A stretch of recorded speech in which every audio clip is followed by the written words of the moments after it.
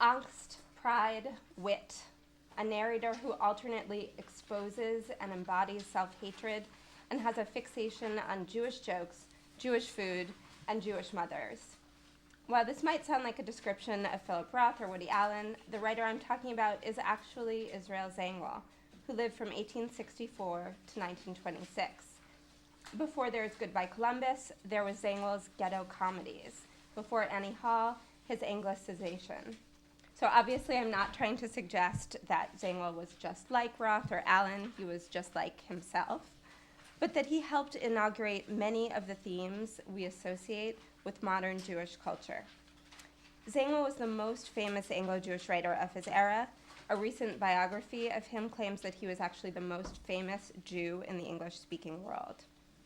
Born in London to Eastern European immigrants, Zangwill went on to write novels, mysteries, plays, articles of all sorts, including for the Jewish Quarterly Review, which is now based at Penn.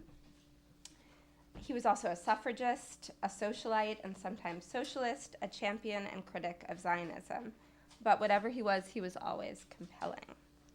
If he's remembered at all today, it's either for his complex involvement in Zionism or his play The Melting Pot, an interesting but just thoroughly sappy ode to America that has gifted us that memorable phrase. But the nation where his life occurred, the nation that he was most interested in reimagining, was not Israel or America, but England. So I picked Zangwill tonight for his rendering of late 19th century Anglo-Jewish life. If I had to characterize that rendering, I guess I would say it's got this kind of impassioned ambivalence towards both Jewishness and Englishness. So I've picked two examples where we can really kind of see the tensions between and within Jewishness and Englishness, especially clearly. I'll read each one and then talk a little bit about them. So the first comes from Zangwill's 1892 novel, Children of the Ghetto, which explores the divided loyalties of Anglo-Jewish assimilation and the doubts and pleasures of modernity. In doing so, Zangwill also responds to prior literary depictions of Jews. In particular, he revises the conversion plot that was popular in the beginning of the century, which typically featured a young Jewish woman who, upon reading the New Testament, almost instantly and enthusiastically converts to Christianity. As in conversion fiction, Zangwill's heroine, Esther, is busted by her family while she's reading the New Testament. But Esther remains unmoved by the word of God. Instead, it's the words of, quote, Dickens, George Eliot, and Thackeray that prove transformative. And I think this is the passage that's on the very last page. I'm going to trim a little bit of it. So it starts in the middle, I think, of the paragraph that you guys have. Esther led a double life, just as she spoke two tongues. The knowledge that she was a Jewish child whose people had had a special history was always at the back of her consciousness. Sometimes it was brought to the front by the scoffing rhymes of Christian children who informed her that they had stuck a piece of pork upon a fork and given it to a member of her race. But far more vividly did she realize that she was an English girl. Far keener than her pride in Judas Maccabeus was her pride in Nelson and Wellington. She rejoiced to find that her ancestors had always beaten the French from the days of Cressy, that Alfred the Great was the wisest of kings, and that Englishmen dominated the world and had planted colonies in every corner of it, that the English language was the noblest in the world, and the men speaking it had invented railway trains, steamships, telegraphs, and everything worth inventing. Esther absorbed these ideas from the school reading books. The experience of a month will overlay the hereditary bequest of a century. And yet, beneath all, the prepared plate remains most sensitive to the old impressions. So what I find especially interesting here is the way Esther absorbs Englishness by reading, and not Bibles, but novels and school books. It's this kind of you are what you read notion of Englishness that raises the question of whether one can convert not just to a religion, but to a nation. These books are so powerful they allow a child of immigrants to insert herself into the imagined community of English history. You can note the way that it says her ancestors won at Cressy.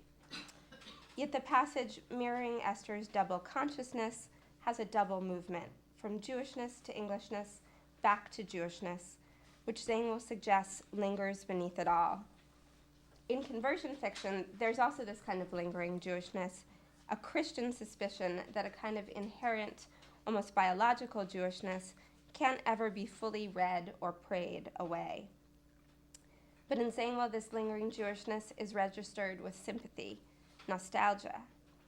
The passage also captures Zangwill's impassioned ambivalence, about just what it means to be Jewish.